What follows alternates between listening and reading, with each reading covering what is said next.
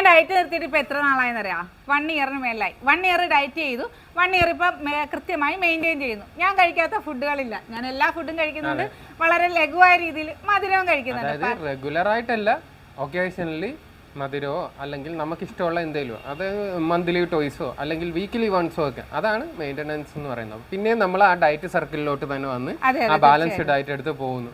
അതാണ് കറക്റ്റ് ആയിട്ടുള്ള എന്റെ വിഷയം എന്താണെന്ന് വെച്ചാൽ ഇട്ടിരിക്കുന്ന ലാർജ് ഡ്രസ്സാണ് ഇതെന്ന് പറയുന്നത്. എനിക്കിപ്പം നല്ല ലൂസാണ്. ഞാൻ ഓൺലൈനിൽ എടുത്ത ഒരു ഡ്രസ്സാണ്. ഞാൻ ഇവിടെയൊക്കെ പിന്നൊക്കെ കുത്തി വെച്ചിരിക്കുക.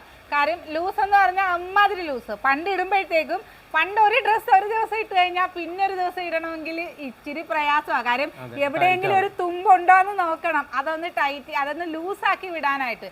അതായിരുന്നു മെയിൻ പരിപാടി. ഇപ്പൊ ചെയ്യേണ്ടത് എന്താന്ന് വെച്ചാൽ ഇടുന്ന ഡ്രസ്സുകളെല്ലാം സ്റ്റിച്ച് ചെയ്യണം. ഞാനൊരു തയ്യൽ മെഷീൻ ചോദിച്ചു മടുത്ത്. അപ്പം എന്തായിരിക്കും കാരണം? പക്ഷെ എനിക്ക് വെയിറ്റിൽ വേരിയേഷൻ ഇല്ല. കാരണം നമ്മൾ എടുത്ത ഡയറ്റ് ഇപ്പൊ ഫോളോ ചെയ്യുന്ന രീതി, അതൊക്കെയാണ് അതിന്റെ മെയിൻ ആയിട്ടുള്ള കാരണം.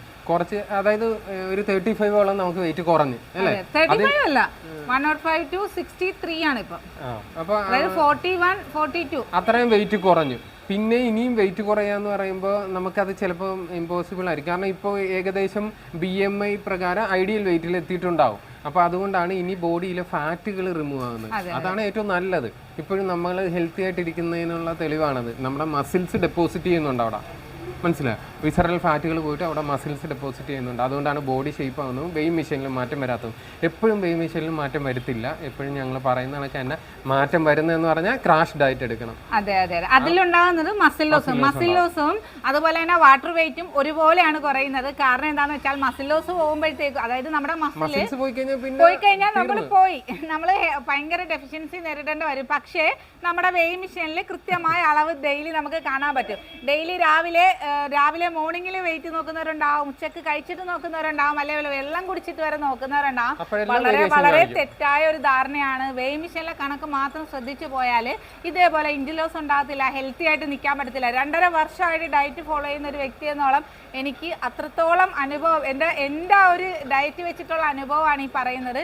വളരെ കൃത്യമായി ഡയറ്റ് ചെയ്താൽ ഒരു പ്രോഡക്റ്റും വേണ്ട, സ്കിന്ന് ഗ്ലോ ആവും, നമ്മൾ ഹെൽത്തി ആയിട്ടിരിക്കും, ഒരു ഡെഫിഷ്യൻസി നമുക്ക് നേരിടേണ്ടി വരത്തില്ല. എൻ്റെ പിമ്പിൾസ് ഒക്കെ ഒത്തിരി വന്നുകൊണ്ടിരുന്ന ഒരു ഫേസാണ് എനിക്ക്.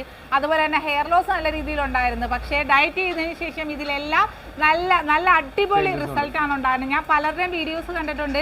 ഡയറ്റ് തുടങ്ങിയാൽ പിന്നെ മുടി ഇങ്ങനെ കട്ട കണക്കിന് പോകുന്നുണ്ട്. നമുക്ക് വേണ്ട ആവശ്യമുള്ള സാധനങ്ങൾ ചെല്ലാത്തത് കൊണ്ടാണ് അങ്ങനെ ഒരു ഡെഫിഷ്യൻസി നമുക്ക് നേരിടേണ്ടി വരുന്നത്. അപ്പൊ ഹെൽത്തി ആയിട്ട് വെയിറ്റ് ലോസ് ആണേലും ഞങ്ങളുടെ ടീം നിങ്ങളോടൊപ്പം ഉണ്ടാവും. ഇപ്പൊ എത്രാമത്തെ ബാച്ചാന്നറിയാം? 130. 8 to 8 നമുക്ക് സംശയങ്ങൾ ചോദിക്കാൻ മാത്രം. അതിന്റെ അകത്ത് പ്ലേറ്റ് ഷെയറിങ്ങോ വേറെ ഒരു കാര്യങ്ങളും ഇല്ല. ഡൗട്ടുകൾ ഷെയറിങ് ഓൺലിയാണ് ആ ഗ്രൂപ്പ്. അത് മാത്രമേ ഉള്ളൂ. നിങ്ങൾക്ക് സംശയങ്ങൾ ചോദിക്കാം. കാര്യം എന്താണെന്ന് വെച്ചാൽ ഒത്തിരി വർക്കിംഗ് വുമൻസ് ഒക്കെ ഉണ്ട്. അവരുടെ ഗാലറി ഒക്കെ വന്ന് ഫുൾ ആകുന്നുണ്ട്. നമ്മൾ ആ ഒരു ഡീറ്റെയിൽസ് ഫുള്ള് പ്രൊവൈഡ് ചെയ്ത് കഴിഞ്ഞാൽ പിന്നെ നമുക്ക് സെൽഫ് 8 മണി മുതൽ രാത്രി 8 മണി വരെ നിങ്ങളുടെ എല്ലാ സംശയങ്ങൾക്കും നിങ്ങളുടെ ന്യൂട്രീഷൻസ് നിങ്ങളുടെ കൂടെ ഉണ്ടാവും. എല്ലാ കാര്യങ്ങളും ശ്രദ്ധിച്ചുകൊണ്ട് തന്നെ.